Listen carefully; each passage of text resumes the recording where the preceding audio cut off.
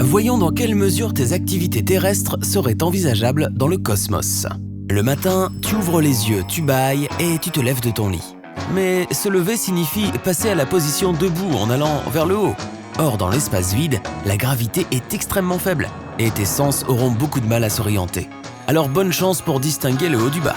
L'univers est principalement composé d'espaces vides entre les étoiles et d'autres objets. Mais à certains endroits, la matière est tellement compacte qu'elle forme des trous noirs. Et si tu passes l'horizon des événements, tu franchis une frontière où les matins n'existent tout simplement pas parce que le temps ne passe pas du tout.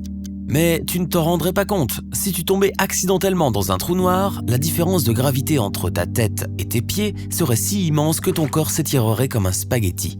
En effet, on appelle ce phénomène la spaghettification. Tu pourrais me passer les boulettes, s'il te plaît ? Et plus de bâillement non plus dans ton nouveau chez toi. Ni évidemment d'oxygène, car nulle part tu ne trouverais la pression adéquate.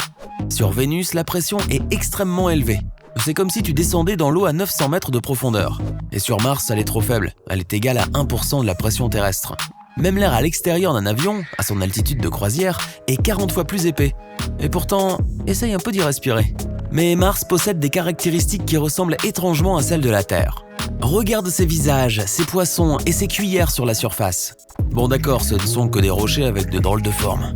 Te brosser les dents ne serait pas bien différent, à moins que ces petites gouttes de dentifrice flottant autour de toi ne te dérangent. Mais prendre une douche en apesanteur est un véritable défi. L'eau ne peut pas s'écouler toute seule vers le bas pour rincer tout ce savon et l'évacuer. Pour ça, il faut la gravité. Les astronautes utilisent des serviettes mouillées pour se laver. Ils n'ont même pas de lavabo à bord de l'ISS ou des autres véhicules spatiaux.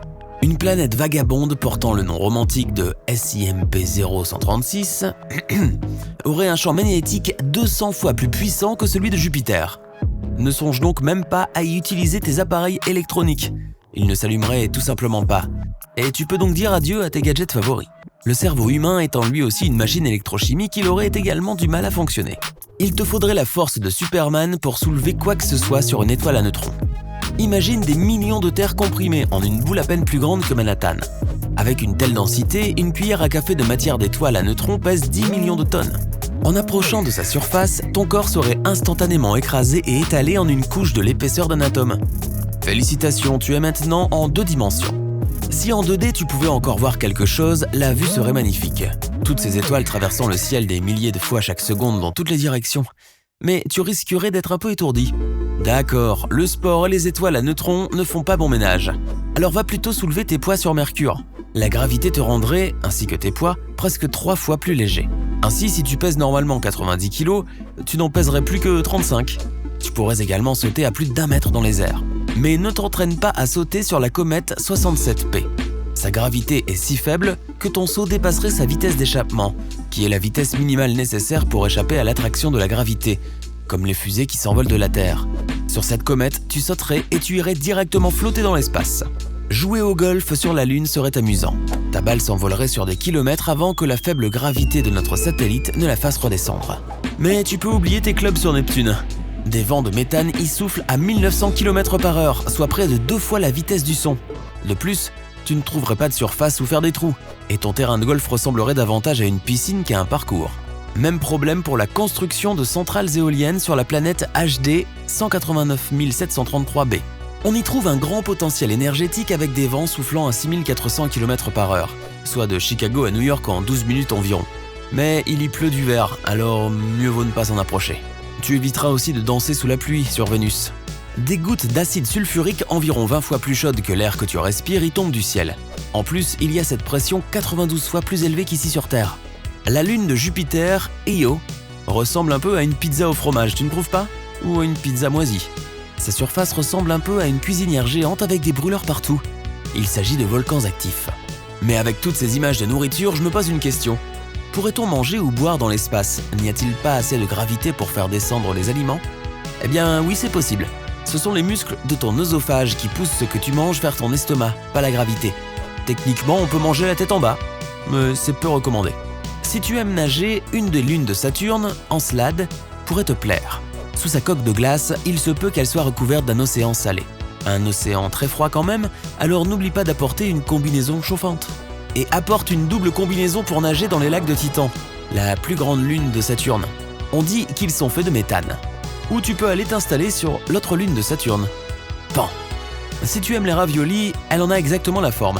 Il y a aussi Prométhée, encore une lune de Saturne, qui ressemble à une pomme de terre.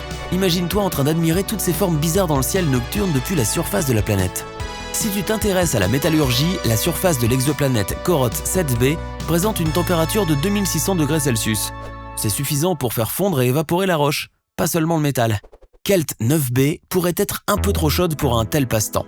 La température de surface du côté jour de cette planète massive, 2 fois plus grande que Jupiter, est plus élevée que sur certaines étoiles. Elle peut atteindre 4300 degrés Celsius. Notre propre Soleil ne fait que quelques milliers de degrés de plus. Si tu aimes les diamants, l'exoplanète Janssen en est composée pour un tiers. Cette planète en diamant coûterait environ 24 quintillions d'euros. Mais ayant voyagé à 40 années-lumière de la Terre, tu pourrais sûrement demander une réduction et faire sauter quelques-uns de ces 30 zéros. Tu prendras de magnifiques photos pour alimenter tes réseaux sociaux sur TRAPPIST 1b. En orbite autour de son étoile rouge avec 6 autres grandes planètes, elle possède sans aucun doute de superbes panoramas la nuit. Et grâce aux 6 objets célestes qui décorent son ciel nocturne, tes photos n'auraient pas mal de succès. Ton calendrier ne te servira à rien une fois quitté la Terre. Sir William Herschel a découvert Uranus en 1781. C'était il y a 239 ans pour nous. Mais il y a moins de 3 ans pour Uranus, où une année dure 84 années terrestres.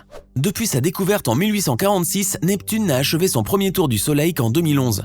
165 ans se sont écoulés ici sur Terre. Pluton n'a pas fêté un seul anniversaire depuis qu'on l'a découverte en 1930. Cela n'arrivera qu'en l'an 2178, soit dans 248 ans. Sur certaines exoplanètes, une année équivaut presque à 1 million d'années terrestres. Du coup, elles n'ont pas à remplir aussi souvent leur déclaration d'impôt. Ta montre ne te sera pas non plus très utile hors du cycle de 24 heures de la Terre. C'est sur Jupiter que l'on trouve le jour le plus court du système solaire, et il dure moins de 10 heures. Le jour le plus long est celui de Vénus. Il dure 116 jours terrestres. Si tu cherches quelque chose de plus familier, rends-toi sur Mars. Son jour solaire dure 25 heures, ce qui est assez proche de ce que tu connais.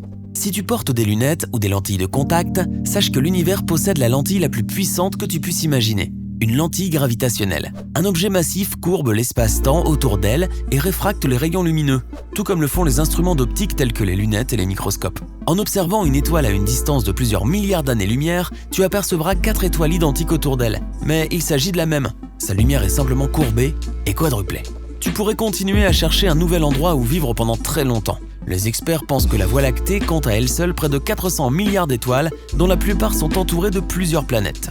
Et il y a encore des milliards de galaxies dans l'univers. Imagine donc le nombre d'endroits extrêmes et bizarres qu'il nous reste à découvrir. Bonne chance pour trouver une maison. Le parc immobilier est immense et croît de seconde en seconde. Si tu as appris quelque chose de nouveau aujourd'hui, alors mets un like à cette vidéo et partage-la avec un ami. Et voici d'autres vidéos que tu devrais apprécier. Il te suffit de cliquer à gauche ou à droite et de rester du côté sympa de la vie.